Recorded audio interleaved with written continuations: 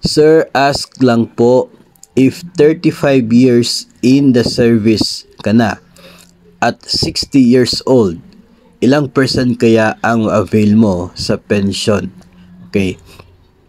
60 na yung edad, so pwede na magretiro, no? Baka napaplano na mag-retire dahil 60 na po yung edad. Meron ka ng 35 years sa serbisyo. Sa GSIS kasi na computation ng pension ay makikita po natin doon na nasa 2.5% sa bawat taon ng PPP. No? So kung inyo pong PPP ay nasa 35 years na, yung paid premiums ninyo 35 years, 2.5% po bawat taon. So nasa 87.5% ng inyo pong average monthly compensation ang inyo pong pension.